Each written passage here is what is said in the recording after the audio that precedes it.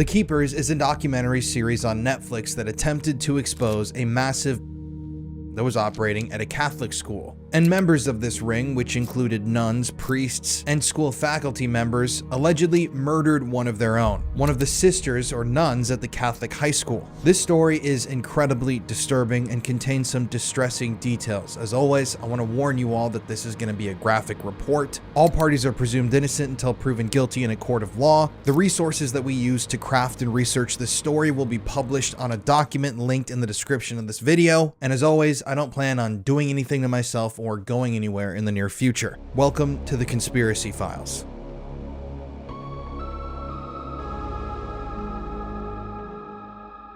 So as you guys know, the Catholic Church has had a problem with for a very, very long time. I mean, there have been hundreds, thousands of clergymen that have been outed as being serial offenders. And I'm talking about really, really bad things that these people have done, like victimizing hundreds of children throughout their careers, preying on kids in schools, preying on kids that were impoverished. And these are supposed to be the holiest people, in society, the people that many other folks come to for advice on morality and how to live your life and how to get right with the big guy upstairs. And yet we've seen so many times that these people who are trusted members of society, they've turned out to be just the worst type of individual that you could possibly come across. And it's disturbing. This is a known phenomenon. I don't know exactly what it is with specifically the Catholic priests and why this is such a thing, but this behavior goes back centuries. This isn't anything new. It's just that in the last few decades or so, people have really felt comfortable coming forward and sharing their stories about the violence and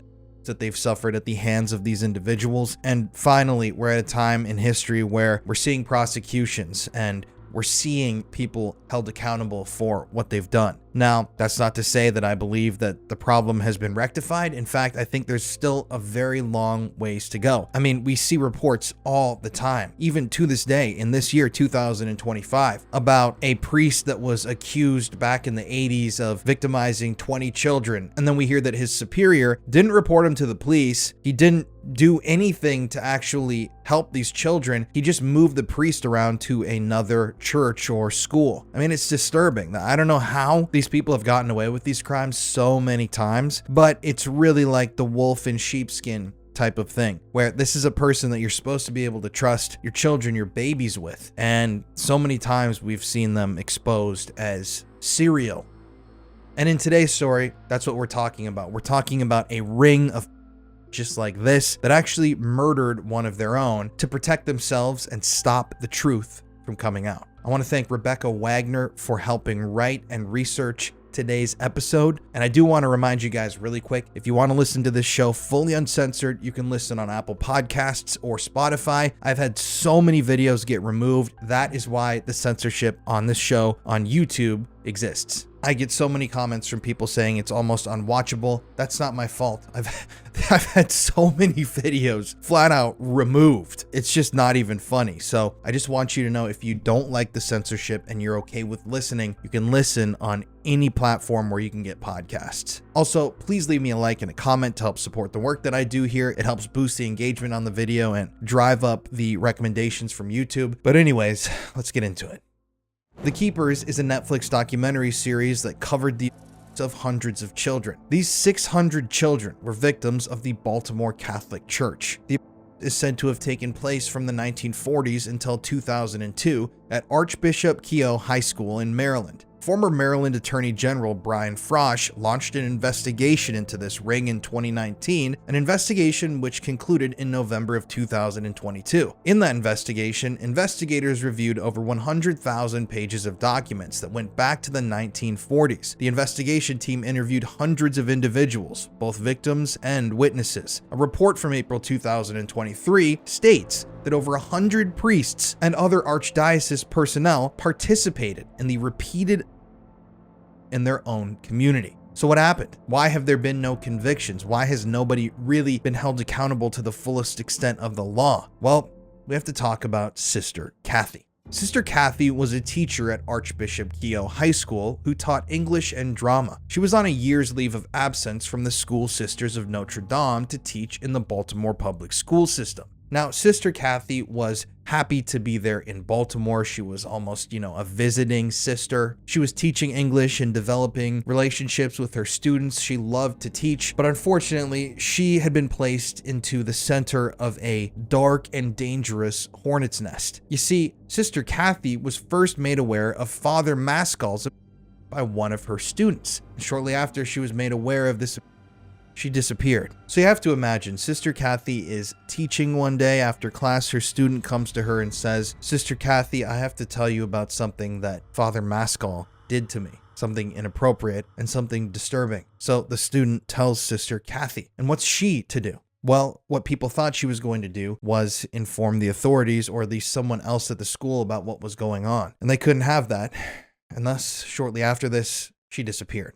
Here's a timeline of the day of Sister Kathy's disappearance. So according to police statements, on November 6, 1969, 2 students visited Sister Kathy at her apartment to complain about that was happening at their school. While they were there, Father Maskell interrupted them, and witnesses claim that he was very, very angry, yelling profanities about Sister Kathy. A report that was generated also said that Father Maskell threatened to kill one of the students if they reported the ongoing happening at the school. So shortly after learning all of this, Sister Kathy left her apartment the next day on November 7th, 1969. That day, she was headed to the Edmondson Village Shopping Center. And that same night, on November 7th, she cashed a check at the First National Bank in Catonsville, Maryland. And what happened from there, we still don't really fully understand. Sister Kathy's car was found at 4:40 a.m. the morning of November 8th by 2 of her friends, Father Peter McKeon and Father Gerard J. Koob. Sister Kathy's car was in a muddy condition and was parked illegally across the street from her residence. Residents of the apartment building that she lived in said that they noticed Sister Kathy's car parked at 8:30 p.m. the night before. So she'd been there all night, they claimed. Other tenants claimed that they had seen her car illegally parked 2 hours later around 10:30 p.m. So there's some inconsistencies there. People were saying they saw her car at different times. No one knew where Sister Kathy was. She cashed a check that evening. She knew that something was going on, but Sister Kathy was gone.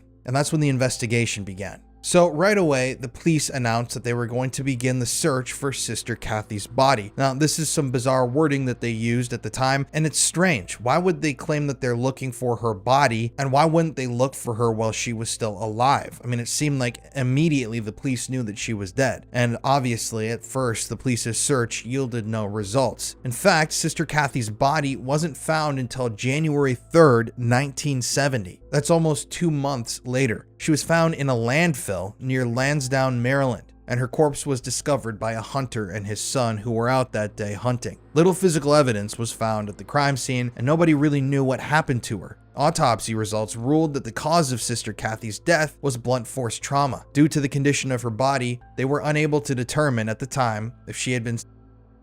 Her body had already decayed to that sort of condition where they couldn't really tell what had happened before her death. Through the year 1977, the case was active, and for all those years, nobody knew who killed Sister Kathy. This was an open case. They were looking at everybody in her life. Several interviews were conducted at the time, interviews that included polygraph tests. But by the year 1977, 7 years after Sister Kathy's murder, all of the leads started to fizzle out. And at that point, the case became dormant. There were no answers. Someone had killed a nun who taught at a local Catholic high school, and no one had been held accountable. The police received little new information throughout their entire investigation. They had no idea why she would have been killed, what exactly would have happened, or who could have done it. A quote directly from the Baltimore County Police Department media release regarding the timeline of their own investigation read, quote, "They received no phone calls from witnesses nor victims alleging from associates of Sister Cesnik's in the Catholic Church," end quote. So the police weren't turning up any leads. And it seems like those 2 children who came to see Sister Kathy to whistleblow about the they were suffering, they had been lying because according to the police in the investigation, there was no. At this point, we have to jump 15 years into the future. It's now the year 1992. Sister Kathy has been dead for over 20 years. There are still no leads in her murder. She's been forgotten by everybody in Baltimore. It's a very sad case. But in that year, the Baltimore City Police received the first allegations of against Father Maskell from 2 former Keogh students. One of the students who came to the police claimed to have met a random man in Father Maskell's office, and this student reported to the police that this random man had told her that he had been the one that had beaten Sister Kathy to death because the nun knew of the This girl who was whistleblowing claimed that the man and the priest said that she would suffer the same fate, aka she would be murdered if she told this story to anyone else. So Father Maskell was obviously trying to cover his tracks, and they were murdering and threatening anybody who knew anything about the rampant that had been taking place at the school. Now, those students came forward to the police. They told them this information about this man who had claimed he had beaten Sister Kathy to death. They reported the rampant that was happening at the school. The police did nothing. 2 years later, in 1994, those same 2 students filed a $40 million lawsuit for the that they suffered at the hands of Father Maskell. So at this point, they've come forward with these allegations. They've come to the police. They've tried to whistleblow about this whole thing, but the detectives seemed like they wanted to take down these witnesses. The first thing that they did was publicly state that the detectives had noticed inconsistencies in one of the students' accounts. They also then announced that Father Maskell was not considered a suspect at that time. They were basically saying, you know what? File the lawsuit. We don't believe that anything's happening here. We're the police. We would know. So you guys are just lying. Then in 1994, Sister Kathy's case is looked at again by detectives. They're interested this time in recent technology advancements involving DNA, but nothing happens. From 1994 well into the 2000s, the DNA profiles of around a half of a dozen individuals were made and compared to DNA evidence recovered from the crime scene. AKA, essentially, they found some suspects, they took their DNA and they compared it against this DNA that had been found on or near Sister Kathy's dead body. But none of those DNA samples were a match. And still, there's no public outcry. There's no anything. There's no public effort to try solve the murder of this nun. There was no reports in the local newspapers about that was happening at that high school. That is until the year 2016, when the Archdiocese of Baltimore confirmed that they had been paying out settlements to victims of by Father Maskell since 2011. In 2016, Sister Kathy's case was reassigned to new detectives due to the retirement of the previous detectives, and activity on the case increases at this point due to individuals who alleged they were. And at this point, the activity on the case really takes off. That's because multiple individuals had come forward and made allegations against the faculty at that high school, including Father Maskell and other people that were in Sister Kathy's circle. So they were starting to get a clue. Maybe this was a little more widespread than we had initially thought it was. And on February 28th, 2017, Father Maskell's body was exhumed to gather DNA for his involvement in Sister Kathy's murder. Now, sadly, even though they dug his body up from the grave to test his DNA, there was no match. His DNA did not match the DNA that was found near or on Sister Kathy's body. But keep in mind, that doesn't rule him out of having any involvement in her death. In May of 2017, a woman came forward alleging that she had been by a police officer who was now dead in the early 1970s. And as it turned out, the officer in question that had allegedly this young girl had been associated with Sister Kathy and Father Maskell in the past. This woman who was alleging that she had been victimized was then contacted by the Baltimore County Police Homicide Unit, but she refused to be interviewed because she wanted to remain anonymous. She was afraid of the retribution she might face if those she accused found out that she was the accuser. So the case was still unsolved. And something I find really bizarre about this whole thing is that the authorities in Baltimore seemed to be acting like they had no idea who possibly could have harmed Sister Kathy. They were playing it coy and saying, yeah, you know, we've had these people testifying and these people telling us and giving us these leads, but we still don't know even where to really look. It seemed like they were trying their hardest not to investigate this thing. I mean, in the past, they had gotten a ton of different information from a ton of different people, and yet they still did nothing. For example, there was a woman named Teresa Lancaster, a survivor herself, who stated during an interview with a high-ranking Baltimore law enforcement officer that she had been told in the past that the police knew that a priest was involved. Other sources claimed on the record that the local Catholic Church or Archdiocese and the Baltimore police had been working together to cover up Sister Kathy's murder for decades. Another nun who had worked in the same area, Sister Mary Florida, said that she knew many of the children at Keogh High School and that one of them told her that 3 or 4 of the girls being by Father Maskell, had gone to Sister Cathy for help shortly before she was killed. Sister Mary also stated that in the mid-1990s, 2 police detectives visited her and told her that, quote, "We know the priest was involved in Sister Cathy's death," end quote. This statement supports Teresa's statement regarding the police knowing that a priest was involved. So there's allegedly a being run at this Catholic high school and throughout the Catholic church system in the Baltimore area. One of the sisters ends up murdered, blunt force trauma in a landfill. They find her body there, and there's no leads, there's no convictions, there are no solid suspects, at least according to the police. And the police themselves seem like they're helping to cover this whole thing up. I mean, now you have multiple witnesses who are claiming that they had been told by police officers that the police knew a priest was involved. Then you have people that have testified to the authorities in Baltimore saying, this is the priest that was involved. This priest to me, and a man that was with this priest told me that he was the one who murdered Sister Cathy. And yet it goes nowhere. But here's where it starts to get unbelievably strange. So at one point throughout all of this, a pair of city detectives stated on the record that they had been interviewing a local priest about Sister Cathy's death. They were asking this priest, what do you know about Sister Cathy? What do you know about her murder? Do you have any idea who may have done it? But in the middle of this interview, the police commissioner was visited by representatives from the local Catholic archdiocese. So apparently somebody had told the archdiocese that one of their priests was being interviewed about Sister Cathy's murder. They sent down these representatives to the police commissioner, and suddenly the police commissioner told the detectives, we got to stop the interview. They just cut the guy loose. And the city detectives, talked about this. This was incredibly strange. They were in the middle of interviewing this priest when they were interrupted and told to stop interviewing him. I mean, how bizarre is that? A county officer also said that they had to destroy investigative documents because of, quote, church sensitivity. So this county officer was instructed by the higher-ups in the police department to destroy documents related to this murder investigation because the church was a sensitive topic, or they didn't want bad press leaking out about the church. I guess maybe, we don't want to frame it like somebody who isn't involved is the killer, At least that's what they told them. Now, in the 2000s, officials at the Archdiocese in Baltimore stated that they did not attempt to interfere with the investigation into Sister Cathy's murder. The Archdiocese also stated that they had no record of any verbal or written report of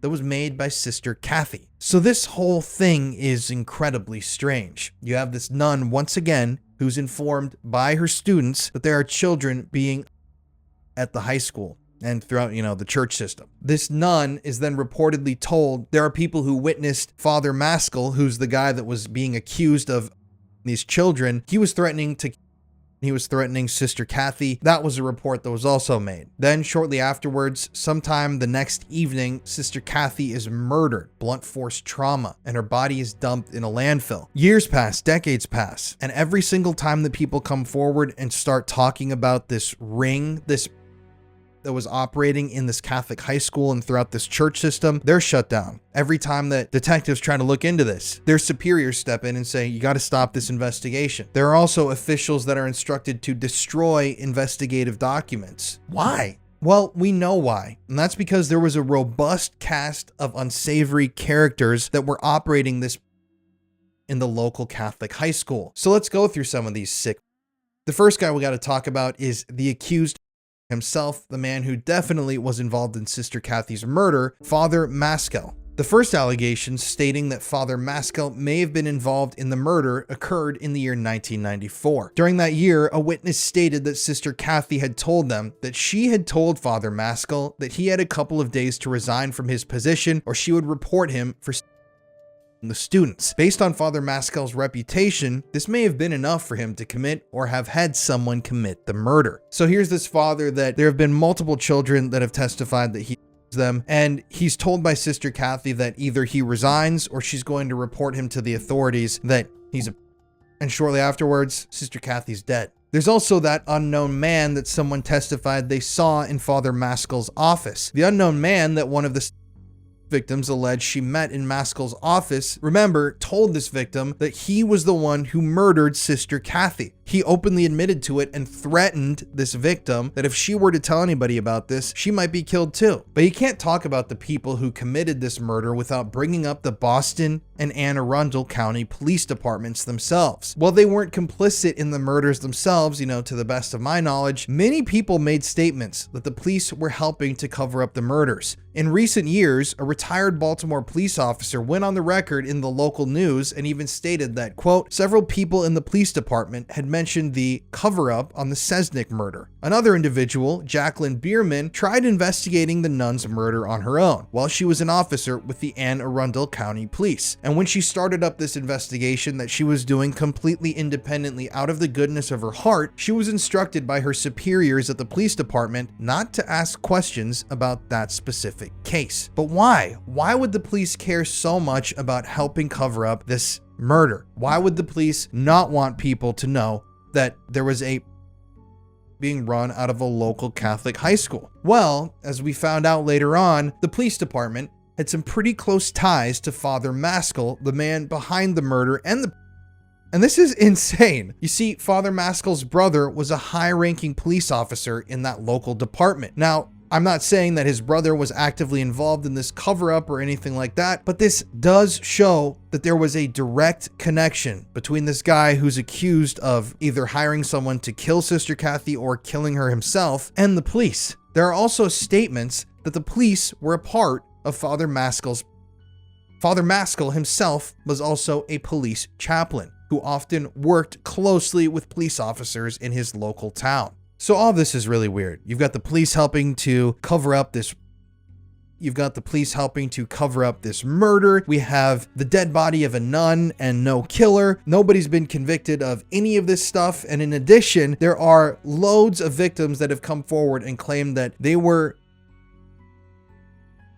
by multiple men while they went to school at that high school and at church. But if you think that Sister Cathy was the only person that this may have possibly murdered to protect themselves, then what I'm about to tell you will shock you. Between February 2011 and January 2017, the Baltimore County Police Department started to take a look at 3 different unsolved murders that they believed could possibly have some sort of connection to the murder of Sister Cathy. The first murder we have to talk about is that of Joyce Malecki, a murder that was investigated by the FBI. Joyce was an office worker at a liquor distributor in town. She was only 20 years old when she disappeared on November 11th, 1969. Now, keep in mind, Joyce disappeared just 4 days after Sister Cathy did. On the day of her disappearance, Joyce went shopping at a mall in Glen Burnie and was scheduled to meet her boyfriend later that evening. However, she would never end up meeting with her boyfriend because at that point, she was already gone. Joyce's body was later discovered partially submerged in the Little Patuxent River on November 13th, 1969. Once again, in a weird coincidence, her body was discovered by 2 hunters. Joyce's body was found with her hands tied behind her back, and her body was covered with bruises and scratches. An autopsy stated that Joyce's cause of death was either choking or drowning. Due to the bruises and scratches on her body, it was thought that she had put up a fight before she was killed. She also had a knife wound on her neck, but it wasn't severe enough to have been the cause of her death. The FBI initially oversaw the investigation into Joyce's murder as her body was found on federal property, and the FBI were the first ones to speculate that Joyce's murder may have been related to that of Sister Cathy's. Both women had similar builds. Both women were shopping in locations that were close to one another, and both women disappeared within a week of each other. But at the end of the day, the FBI was unable to conclude that the 2 murders were officially related. In fact, the FBI stated that they had handed over the case at the time to the Anne Arundel County Police Department. And the county police told the filmmakers behind the Netflix series The Keepers that they never received any information from the FBI regarding Malecki's investigation. It's obviously thought now by most people that Joyce's murder was never fully investigated. And this case is still ongoing. Joyce's body, in fact, was exhumed at the end of 2023 as a part of an ongoing investigation. And we still have no follow-ups on what exactly they did with her body, what they found out. We don't know if that exhumation generated any new leads, but this story just keeps getting crazier and crazier. I mean, right there, the FBI claims that they handed over all of their investigative notes and research on Joyce's murder to the Anne Arundel County Police, the same department that was accused of having been involved with the murder of Sister Kathy, and that police department, the Anne Arundel County Police, states they never received a single document from the FBI. Strange, right? But that's not the only murder. There's also the death of Pamela Lynn Conyers, who was 16 years old, a murder that was investigated by, once again, the Anne Arundel County Police. Now, Pamela was last seen at the same mall that Joyce Malecki was seen at, the Arundel Mall, on October 16th, 1970. She was found 4 days later, on October 20th of that same year. Weird, right? A girl with a similar look and build to a previous victim who had gone missing from the same mall. She's found dead in almost the same manner in the same couple of years. She's underage, 16 years old, and her death has still never been solved. There's also the death of 16-year-old Grace Elizabeth Montagne, a death which was investigated by the Baltimore City Police. Now, Grace was last seen at Franklin High School after meeting a stranger in nearby Reisterstown at a shopping center. Grace was found dead on September 29th, 1971, in South Baltimore. Grace's killer has also never been caught. But here you go. You have young girls going missing from similar areas, having gone, I don't know why, to shopping centers right before their disappearances. They're all found dead after a few days, and all of their murders are unsolved.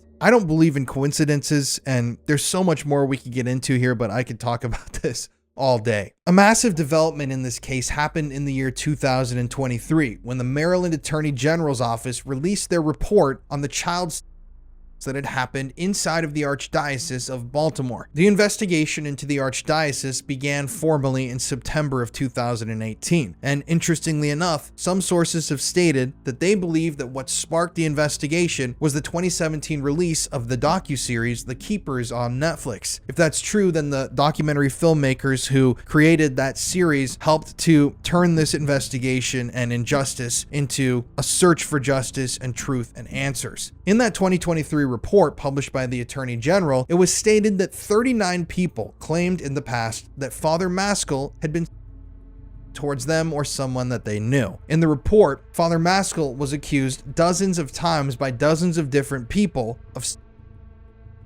but he was also accused of helping other priests do the same thing. And Father Maskell seems to be one of the integral central parts of this. His name, in fact, is found over 200 times in the 450-page report. That means that his name is found throughout the entire report, and it just shows that this guy was intimately involved in the running of this. The report also includes victims' accounts, which were all very similar. And these accounts stated that these children had been subjected to. And afterwards, when they talked about how bad they felt, and after the was over, they were threatened both verbally and sometimes even with a gun into silence. So these men were these children, I want to state clearly too, these priests and these clergymen and these holy figures were these young children. They were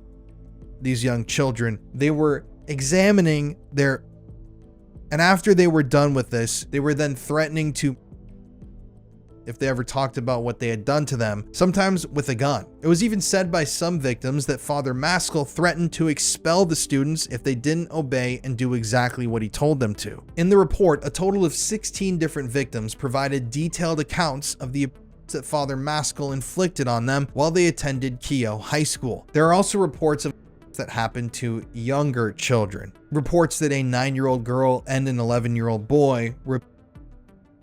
Now, interestingly, the Archdiocese had done some work behind the scenes, and they've reached settlements with 15 of Maskell's victims. But in a move that I think shows extreme complicitness, and in my belief proves that the Archdiocese was complicit in the murder of Sister Kathy, the Archdiocese continued to financially support Father Maskell through the year 2000. So even though they knew that this guy was a serial and a repeat, and they had been made aware of many allegations that he was involved in the murder of one of their own, a nun who worked with them and through them, they still continued to financially support the guy. That to me screams guilt, and if it doesn't, I don't know what does. Here are a few of the victims of the Baltimore Diocese who've gone on the record to share their stories. We've already talked about her already, but there was Teresa Lancaster, survivor, who went to a school counselor to get advice on what to do because she was being repeatedly, and she told them that she had been by Father Maskell. Teresa stated that Father Maskell had girls to other people. She believes that Father Maskell played a key role in the murder of Sister Kathy. Teresa also claimed that Father Maskell drove her to a location where students usually gathered. When she arrived there with Father Maskell, 2 police officers approached and told all the students who were hanging out in the area to leave. Once the students left, according to Teresa, the police officers while Father Maskell waited outside of the car. Teresa was eventually awarded $40,000 by the church for her injuries. This was documented by doctors, and she also received free psychological counseling, ironically, from the church. Teresa was given the money in return for signing a release document written by the Archdiocese of Baltimore. Teresa received a letter from the Archdiocese apologizing for what she had went through. One of the lines of the letter is especially haunting, as it points to the church being very aware of the ongoing inflicted on children by those who were a part of their organization. The line from this letter read, quote, "It has long been the policy of the Archdiocese to offer counseling assistance to anyone who may have been harmed by a cleric or other representative of the church." End quote. Long been the policy. Think about that. So just in that letter, they say this has long been the policy. If we're made aware that one of our students or one of the children in our care has been by somebody who works for us, it's long been our policy to provide them counseling. How long has it been that policy? For years, decades, they claimed that there was zero evidence of a single child being within the Archdiocese and all the system that it controlled. And now in this letter to a victim, they're saying it's long been the policy to offer these services to anyone who's been, guilt. Once again, guilt. Another victim was Jean Haddad Wenner. Jean stated that Father Maskell, once again, was the one who... Jean came forward and said that she was one of the girls who initially went to Sister Kathy to tell her what had happened to her. Sister Kathy had then told Jean that she would take care of this for her, but soon afterwards, she was murdered. Jean claimed that 2 months before Sister Kathy's body was discovered, Father Maskell drove her to a wooded area and showed her Sister Kathy's body. She stated that she remembered trying to wipe the maggots off of Sister Kathy's face while tears flowed from her eyes. Scientific evidence showed that it would be impossible for maggots to be alive at that time of the year, although an individual who worked on the case did confirm that there had been maggots in Sister Kathy's mouth and trachea when her body was discovered. Once again, weird. So they're trying to disprove this girl's account of what she had seen, and looks like it failed because they did end up finding maggots in her mouth and trachea.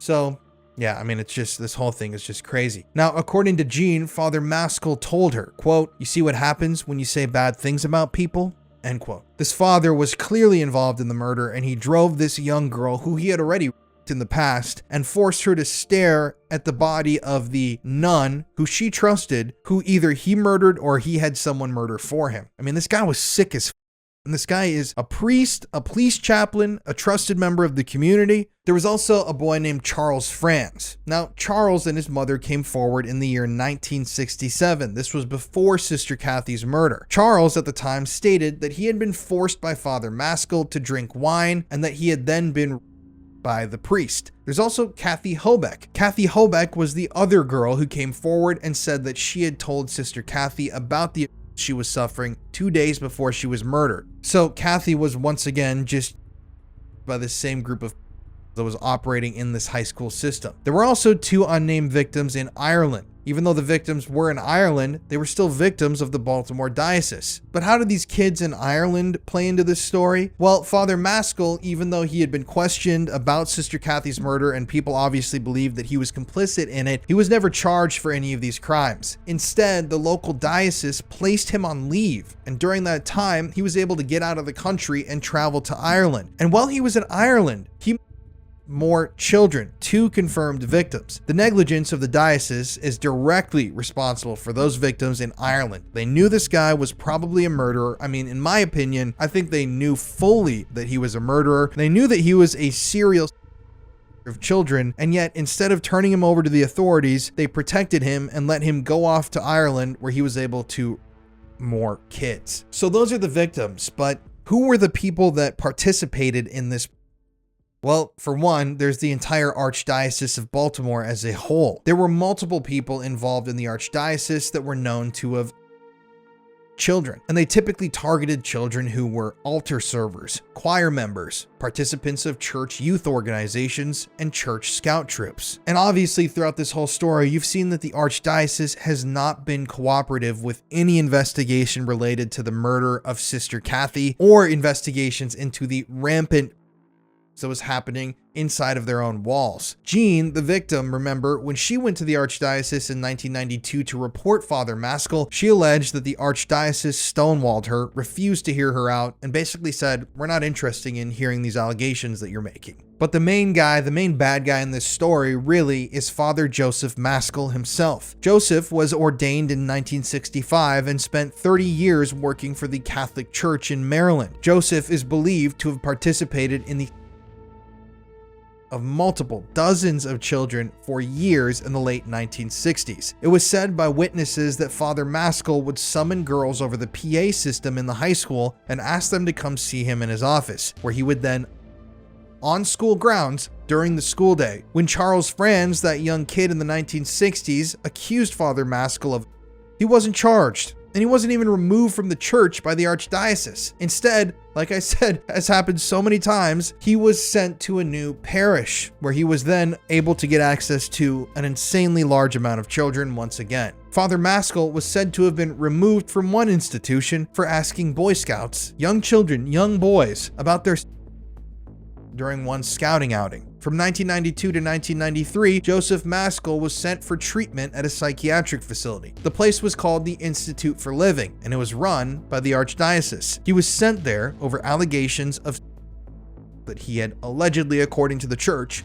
committed. Now, Joseph Maskell was removed from the church in 1994 for towards students at several schools within the Baltimore diocese, and in 1994, instead of reporting Father Maskell to the police, remember, the Archdiocese cut him loose and he fled to Wexford, Ireland, where he was ordered not to perform any of his duties as a priest. But the diocese that Maskell fled to became notorious for the number of priests who committed there, and the bishop who did not take any action to address any of those allegations. So he essentially fled America, where he was known to be but no one ever turned him into the police. He fled America. Oh, he's also a wanted murder suspect, or people know that he was involved in the murder of a nun. So he's allowed to flee America. He goes to another diocese and he immediately becomes a priest again, where he gets access to more children. And then all the other priests at this specific diocese in Ireland, they all turn out to be too. I mean, you literally cannot make this.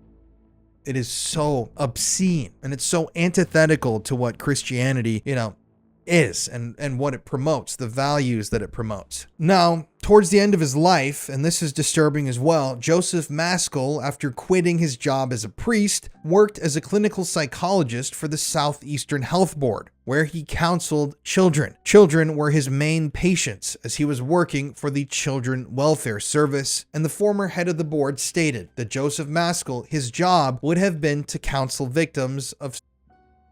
So he quits being a priest and he starts up a new career as essentially a counselor, working with children, and specifically working with children who were victims of.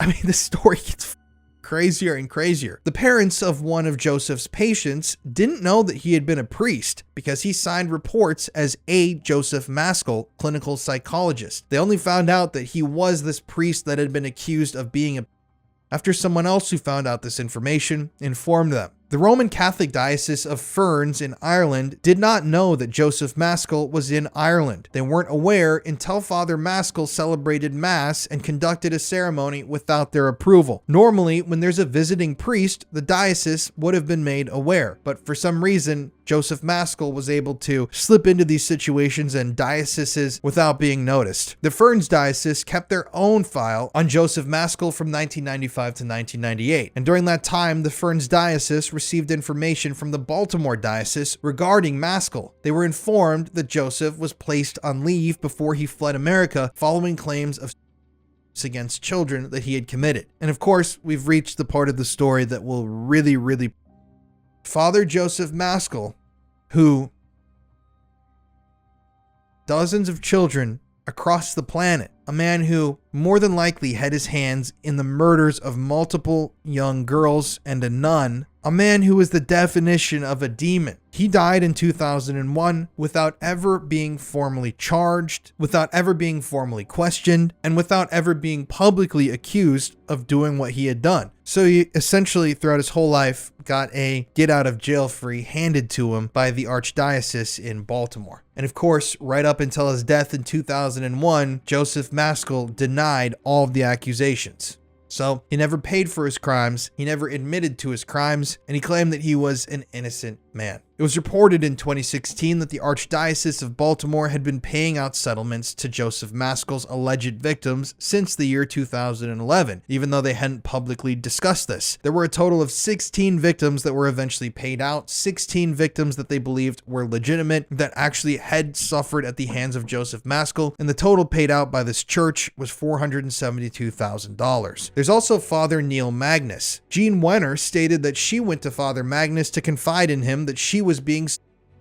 by her own uncle. Jean alleged that Father Magnus then proceeded to, after she had confided in him about what her uncle was doing to her, and she even stated that Father Magnus, that priest, blamed Jean for being promiscuous. He basically said, it's your fault that you're being not only by me, but also by your uncle, because you, the child, are promiscuous. It also should be stated once again that Father Joseph Maskell had in the past joined in on the of Jean. There were also those two unnamed police officers that Teresa Lancaster. Now, a lawsuit was filed by two individuals against the Archdiocese of Baltimore, Cardinal William H. Keeler, Christian Richter, the school gynecologist, which is really bizarre that they even had one of those, a school gynecologist specifically. The lawsuit was filed against the School Sisters of Notre Dame, and finally against Father Joseph Maskell. But the lawsuit was dismissed, as the authorities in the state and the courts believed that this whole thing was past the statute of limitations. There should never be a statute of limitations, in my belief, for crimes against children.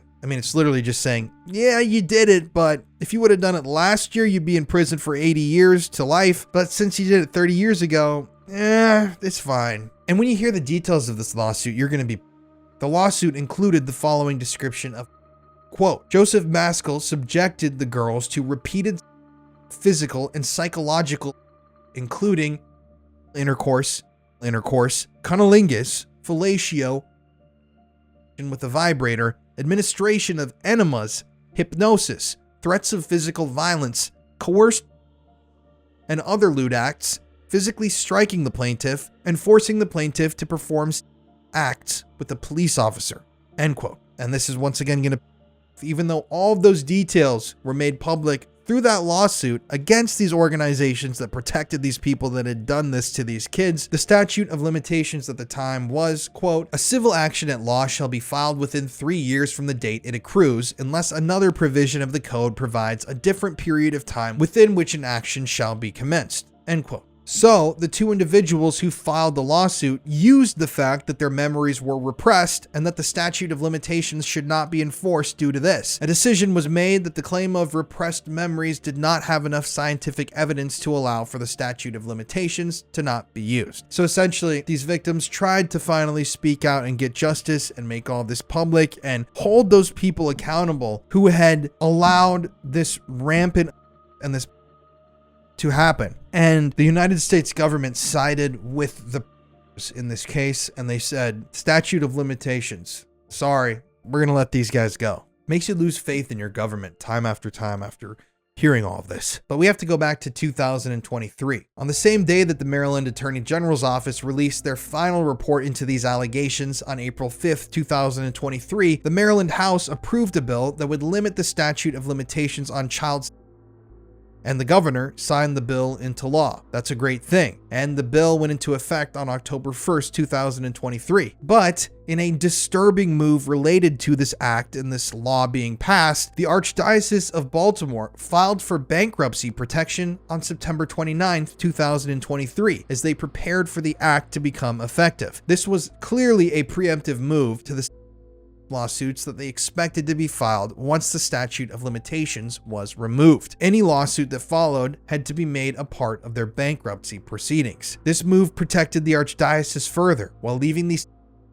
victims without a chance to tell their stories in civil court. It also limited the payouts that the victims could receive. And now before we end this, I just want to give you some names to show you how widespread this and the problem of was throughout the Archdiocese of Baltimore in the years when this entire thing was unfurling. This list is not fully comprehensive. Obviously, there are a lot of people that have gotten away with their crimes in the past, but just hearing these names and listening to this list is going to shock you. This is essentially just a list of some of the that had worked in the Archdiocese of Baltimore throughout the years. It's also interesting to note that several of these individuals only have one individual listed as being victimized by them. And it makes you wonder how many other children who were terrorized and by these men never came forward. The Archdiocese listed approximately 163 individuals who had been identified as allegedly committing acts of against children. Not all of the names are included here due to the number of individuals, but to give you a general idea, I've included the names of 35 individuals. I don't want people to forget that these people were monsters. They victimized children. They are the scum of the earth. And I know that these people, some of them are dead, some of them aren't, but in a few decades, I know that all of these people are going to be looking up at us. Even though they lived the most pious life trying to get right with the big guy upstairs, I know exactly where they're going when they die. And it won't be heaven. There was Luis Africa, who attacked 2 minors in the mid to late 1970s. Brucey Ball, who had 2 claims of against him during his time in Baltimore. Michael Barnes, who was sentenced in 2009 because he was found guilty of 1 count of from 1977 to 83. Thomas Bowderfield, who was alleged to have 1 minor in the mid 1970s. Vincent Bechtel, he had multiple allegations of victimization of children. Ronald Belshner, 1 allegation of in the mid 1970s. Thomas Bevitt, sentenced to 18 months home detention for the of a male minor in the 1970s. Maurice Blackwell, who had multiple allegations ranging from the 60s to the 90s. William Braun, an individual claimed that he was by William in the 1940s. Robert Callahan, who was accused of 2 minors. John Carney, he acknowledged that he engaged in inappropriate conduct when an individual alleged that he had. John Corbett, who committed in the 1940s and 50s. Brian Cox, from 1979 to 1985. Joseph Davies, who had numerous allegations of. The first was in 1993 when a man in his 50s said that he had been by Davies in the 50s. James Dowdy, who himself admitted that he had victimized 2 minors in the late 1970s to early 1980s. Robert Duer, alleged to have a child in the 1950s. Frederick Duke, who admitted to many children between 1949 and 61. Luigi Esposito, allegations of which occurred in the 1970s. Kenneth Faribaugh, who allegedly 1 minor. Joseph Gallagher, who admitted to inappropriate conduct with a minor around 1980. Stephen Gerard, 1 individual accused him of in the early 1990s. Edward Haleman, 2 allegations of in the 1970s. Marion Helowich pled guilty to a involving a minor in the 1980s. 2 other individuals also accused Marion of victimizing them as well. George Hopkins, accused of in the early 1950s. Joseph Hopkins, 1 individual accused him of in 1948. Robert Hopkins, 2 individuals allegedly were by him in the 1970s. Robert also admitted to minors from the late 50s to the early 1980s. Albert Julian, accused of 2 minors. Joseph Kenny, who 2 minors in the late 1940s to early 1950s. Simon E. Kenny, 1 allegation of in the early 1980s. Joseph Crack, during treatment he received in 1990, he admitted that he had in the past engaged in with minors. Joseph Cruz, a man who admitted to from the mid to late 1980s. Ross Laporta, accused of by 1 child. Regis F. Larkin, a man who was accused of 1 count of in the 1950s and then another in the late 1970s to early 1980s. Francis Lefebvre, admitted to of numerous minors in the 1970s and 1980s. Robert Lentz, accused of children in the mid to late 1960s. There's over 130 more people that were involved just in the Baltimore Archdiocese who were outed as being in that report. So all of those names I just read you and all of those accusations, there are 130 plus more of them in that report. And those are just the documented allegations. And that's just 1 archdiocese. 1. If there was a school that had a problem like that, like let's say there's this elementary school in Maryland. One of the teachers is found to be they get arrested, they go away. Later that year, another teacher's found to be he gets arrested. After, 3 years, let's say if they find out that 20 of the teachers were, there would be a massive federal investigation into the school, and they'd probably shut the school down, bulldoze the building, and start brand new. But here you have 160 plus of these whose allegations had been known for decades, and nothing was done. There's no federal investigation, and the archdiocese itself never presented any of these allegations to authorities. They kept it all inside of their organization in a closed book. And that is disgusting. And I hope those people rot in hell. I hope every single person who was complicit in of these children rots in hell.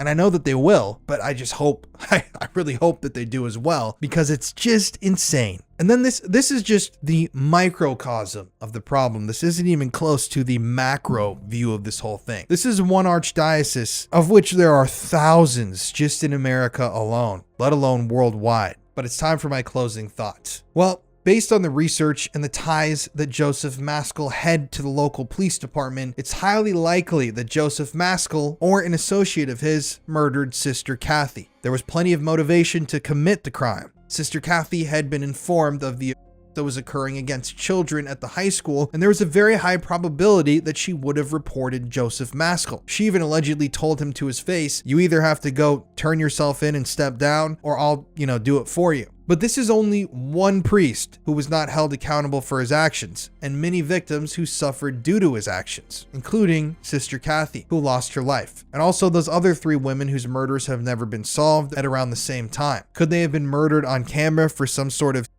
production? Were any of these children filmed or photographed throughout all of this? What were they doing? What were the charges of, these children? Who else was coming into the church to these kids? Were there non-church individuals that were being invited in to victimize these children? How many more police officers were involved in all of this? Was that man who was with Joseph Maskell a police officer who murdered Sister Kathy? As outlined in the above information, the Archdiocese of Baltimore was well aware that there may have been a high number of people coming forward with, and their first course of action was to protect themselves and protect the church. They shut themselves down, declared bankruptcy, so they wouldn't be forced to pay out money to these children who had been victimized. And they also did this so that the details of these cases, wouldn't be revealed in civil court. What about protecting the victims, though? Isn't that what a church is supposed to do? Isn't that what religion is supposed to do? Isn't that what God instructs his followers to do? To protect the needy, to protect the helpless? And it begs the question, in how many other cities did events like this also happen, just here in America? And in what cities are rings like this still operating? What Catholic churches nowadays are operating as a front to serve the disgusting needs of their priests? How many on this archdiocese's list were actually jailed? Now, I told you that list, right? And I mentioned all these people and all these accusations against them, all these men. But that list, I want to remind you, it doesn't mean that these people actually were arrested for these crimes. I mentioned a few times that 1 or 2 of the people were jailed, but for the most part, those men got away with it. And that's because the church protects its own, as this whole case demonstrates. All those men, all those allegations that were turned in, the church would look at them, basically slap them on the wrist with a ruler and say, "Oh, Father, you need to stop doing that. We'll just move you over here." They didn't actually do anything to save these kids. And that's why they're all going to hell. I know that they are. And I think a fitting quote to wrap this up with was stated by Teresa Lancaster, one of the victims in this case, to WJZ News Baltimore, regarding Sister Kathy and the possibility of Father Maskell being involved in her murder. She said, quote, "There are so many things that coincide here. I don't believe in coincidence." End quote.